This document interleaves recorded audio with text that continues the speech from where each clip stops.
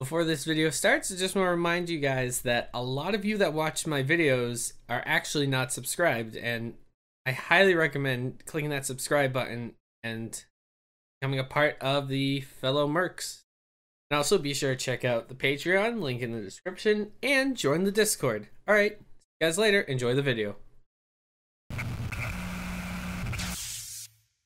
Hello everyone, my name is Agent Paul of Mobile Task Force Delta 7, codename Bookkeepers, and welcome back to their SCP document review.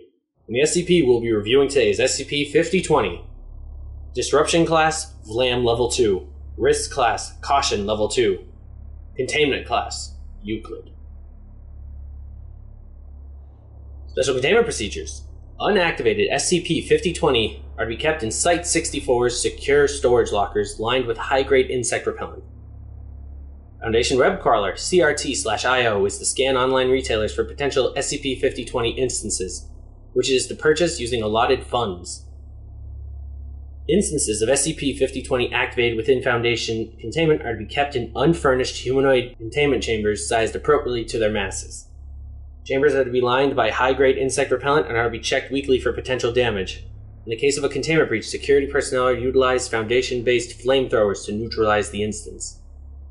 SCP-5020 activated outside of containment are to be apprehended by MTF ETA-6, presented in color, who are to contain or neutralize instances as necessary.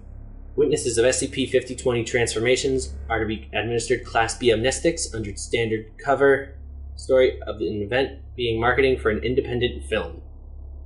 Description: SCP-5020 is the collective designation for all Atari 2600 model CX-2600 heavy sixer consoles produced by Atari Inc. SCP-5020 were distributed between 1977 and 1978 by Atari Inc. before they were discontinued and replaced by the CX-2600's light sixer models. SCP-5020 possessed slight deviations from the design of non-anomalous consoles, namely the presence of Atari Arcadia branding. SCP-5020's anomalous effect only manifests if three conditions are met. The device is over 10 years of age since its initial manufacturing. The device still possesses above 45% of its original components, including the cartridge slot. The device possesses some exposure damage, likely resulting from inadequate storage and neglect. Once these conditions are met, SCP-5020 becomes a host to SCP-5020-A. SCP-5020-A is an extra-dimensional colony of insects that reside within the collective interiors of SCP-5020. -A consists of various different species, with the most prevalent being German cockroaches. Despite this, -A collectively function as a hive mind. Members of -A are not particularly violent, although biological analysis has regularly found them to carry contagious diseases such as malaria, cholera, and gastroenteritis. -A do not require outside nutrition, almost never exiting the confines of SCP-5020. Estimations as to the exact size of the colony have far exceeded to the collective interiors of known 5020 instances, suggesting the existence of additional consoles outside of containment. Attempts to view the internal cavity of SCP-5020 instances through invasive means have universally failed, resulting in the expulsion of insects from the exposed interior. When operating a standard Atari 2600 cartridge, members of -A will begin to extrude from the SCP-5020 instance en masse through ventilation ports, exposed ports, and cracks in the exterior casing. The swarm will then coalesce around 5020 and, using their own mass, will take form of a physical entity around the device. The appearance of this entity varies between the instances, but is believed to directly correlate to the cartridge being operated. While in this state, SCP-5020 are hostile and will show immediate aggression if approached. The only way of dispersing the colony is the neutralization of the enveloped SCP-5020 instance. And here we have Addendum 5020.1. Included below are notable instances of SCP-5020 animation. For a full list, see document 5020-ARI. And this table is set up as effective devices, cartridge, alterations, and additional notes. Device -1. Cartridge, Superman. Mass formed of German cockroaches, instance developed semi-humanoid form, with -1 appearing in place of its head. Possessed 4 sets of upper limbs, terminating in jagged insect mandibles. Entity lacked facial features save for vacant eye cavities. Feet remained an indistinct mess. First instance animated. Formed during initial testing where it attacked and fatally wounded 3 personnel neutralized by on-site security. -4. Mountain King. Mass formed of tropical rat fleas, instantly appeared as a large rat king made up of a variable number of rats. These rats are physically unstable, regularly fusing to and separating from other rats. Placed at the center of the fused tails is SCP-4. Biological analysis of the fleas recovered from -4 have identified them as carriers of the bubonic plague. First non-humanoid recorded. -11. Cosmic Swarm. Mass formed of human botflies and botfly larvae. Larvae form an amorphous mass around -11, completely shielding it from view. The mass of larvae is suspended in the air by a layer of mature botflies fused to the mass. Two swarms of botflies orbit medially in a ring formation around the central mass, only leaving this orbit to attack perceived threats. First instance utilizing immature organisms. -17. 32-in-1.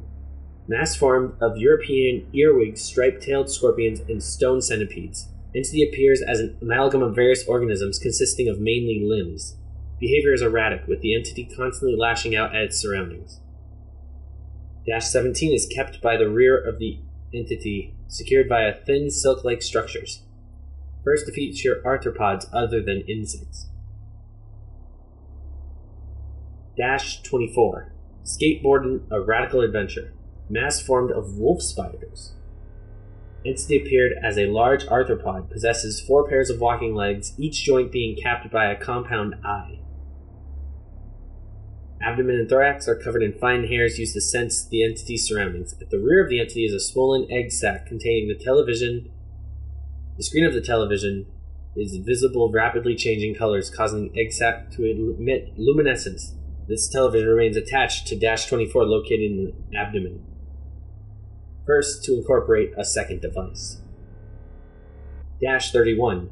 Frogger. No alterations formed. Instance began to extrude houseflies before smoke was observed emitting from 31's ventilation ports. A high-frequency whine was heard as smoke began to fill the room. The device was observed to violently vibrate along the chamber floor, causing several cracks in the exterior casing before the room was completely obscured by smoke. Several additional crashes were heard as -31's remaining casing was shattered before silence. Upon further investigation, it was found that the room previously containing -31 was now filled with an estimated 30 kilograms of pulverized insect remains. Further analysis of these remains have discovered traces of toxins commonly secreted by various species of frog. -31 was found reduced to shards, showing signs of extreme heat exposure. The cartridge responsible for -31's neutralization has yet to be found. Addendum 5020-2. The following is a series of letters recovered alongside an inactive 5020 instance between its original owner and a second party, believed to be a representative of Atari Arcadia. Hello, Atari Inc. I'm currently writing to you about an urgent matter that must be addressed. A few weeks ago, I bought one of your consoles from a friend of mine. I like tinkering with old electronics, and I thought it would be fun to see if I couldn't get the machine to start working again. I tried to open the back console to see what was wrong. Bugs just started pouring out of the console. I tried to shove the casing back in place, but there were too many of them. I threw the damn thing in the trash, but they just kept coming, filled up the trash can like it was nothing. Since then, my life has been an insect hell. There's bugs in everything I own. No matter where I turn, some sort of creepy, crawly gremlin is waiting to bite me. All of my food is covered in maggots. Every piece of cloth I own is infested with bed bugs and lice. I can't even take a shower because they've gone into the goddamn pipes. Every time I touch something, some miniature gremlin bites my hand. I can't even leave my house because my garage is filled to the brim with them. I'm at my wit's end here. Please, just tell me how to stop the insects. Hello, valued Atari Arcadia customer. Unfortunately, we are unable to resolve your issues due to various reasons, the most prevalent being the lack of any problem on our part. These bugs you speak of are in fact an important feature of the Atari 2600 and are necessary to maintain the long lifespan of the console. Although we are unable to disclose exactly how we do this, as insect electronics are a restricted trademark of Atari Arcadia, we can inform you that this technology will cause you no harm, as shown by our extensive in-house testing done to ensure customer safety. We have also discovered trace drug residue on the letter you sent us, so forgive us if we are less inclined to believe your erroneous claims. We would encourage you to cease spreading misinformation regarding the safety of our consoles. If you persist, you will be contacted by our legal team, and charges will be pressed. Thank you for your continued patronage, Atari Arcadia. So, since the letter is not in the video, I will say that the Atari logo has apparently glowing eyes in the symbol, and the center A of Atari in this letter has a star in it. But that is it for this week's document review. Thank you all for listening or watching, and my name is Agent Paul of MTF Delta 7, and I will see you next week in another document review. Bye.